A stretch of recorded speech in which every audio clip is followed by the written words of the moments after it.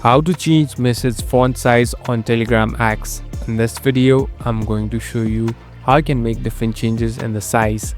First of all, open the application. Now, here on the left top, you can see this tree line icon. Simply tap on this tree line icon and here tap on settings. So now we in this settings interface. Here you'll be able to find different options and settings. Now slowly scroll down. Here there's an option called themes and chats. Simply tap on themes and chats. Here you'll be able to find message font size. Simply tap on message font size.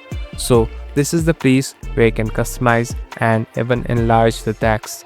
So you can adjust it accordingly. So you can simply place it and at last you can go back and it will be saved automatically.